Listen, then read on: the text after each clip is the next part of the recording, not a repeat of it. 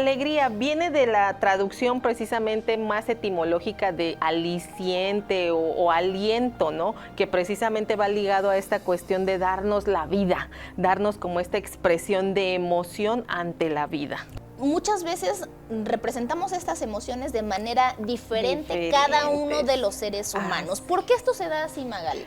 Precisamente porque no nos enseñan, ¿no? Yo creo que no nos enseñan desde niños qué son las emociones, que las emociones son algo natural en nuestro cuerpo, incluso que es algo fisiológico y que se puede manifestar. La alegría es esa sensación de, ¿cómo decirlo?, de bienestar, de vida, precisamente que está en nosotros, de esta cuestión de motivación muy interna para poder hacer cosas. Sin embargo, a veces la pasamos tan desapercibida también que no nos damos cuenta de ello. Como que la alegría está destinada para los niños, no para nosotros que somos adultos. El juego, incluso una de las cuestiones que son muy ligadas a la alegría, ya no se hace en el adulto. Ya decimos de pronto, incluso hasta les preguntamos a los adultos dentro de terapia, ¿y juegas?